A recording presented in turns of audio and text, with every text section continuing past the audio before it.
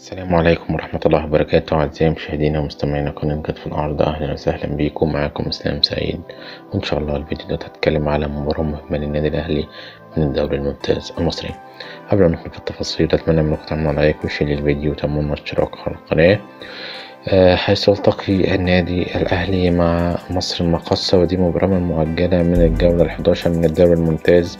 المباراة دي هتبقى يوم الخميس 24/1/2018 الساعة 5 بتوقيت القاهرة، الساعة 6 بتوقيت السعودية والعراق وسوريا، الساعة 7 بتوقيت الإمارات.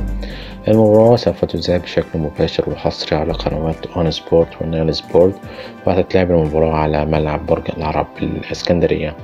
النادي الأهلي يدخل هذه المباراة في المركز السادس مؤقتا برصيد 27 نقطة، بينما يأتي نادي مصر المقاصة في المركز الثالث برصيد 30 نقطة. لو قدر يفوز في المباراة دي يقدر يقلق فرق كبيرة أو فرق في المقدمة في هذه الجولة. في النهاية لو الفيديو عجبكم أتمنى منكم تعملوا لايك وشير الفيديو وتعملوا اشتراك على القناة، والسلام عليكم ورحمة الله وبركاته.